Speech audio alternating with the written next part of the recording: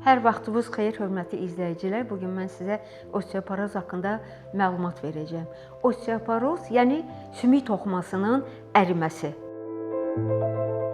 Mən ginekoloq olduğuma görə ancaq qadınlarda olan osteoporoz haqqında danışacağam. Çünki osteoporoz başqa səbəblərdən də ola bilər, başqa xəstəliklər nəticəsində əmələ gələ bilər. Menopauza dövründə qadınlarda estrogenin miqdarı aşağı düşdüyünə görə onlarda osteoporoz başlayır. Bilirik ki, estrogenlər bədəndə sümük toxumasını qoruyan hormonlardır.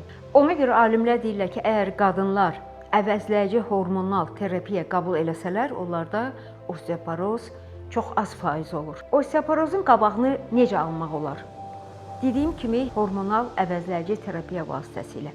Təbii üsullarla isə mütləq kalsium qəbul olunmalıdır, vitamin D3 qəbul olunmalıdır və qadınlar müəyyən yaşdan sonra, hətta əvvəl eləmirdilərsə idmana, fitnesə başlamalıdırlar ki, onlarda osteoporoz əmələ gəlməsin. Günəş vaxtı, yaz vaxtı, yay vaxtı mütləq açıq vəziyyətdə gəzmək lazımdır ki, bədəninizi çətirlə və yaxud papaqlarla örtməyin ki, bədənlə günəş şüası təmasda olsun və vitamin D3 əmələ gəlsin.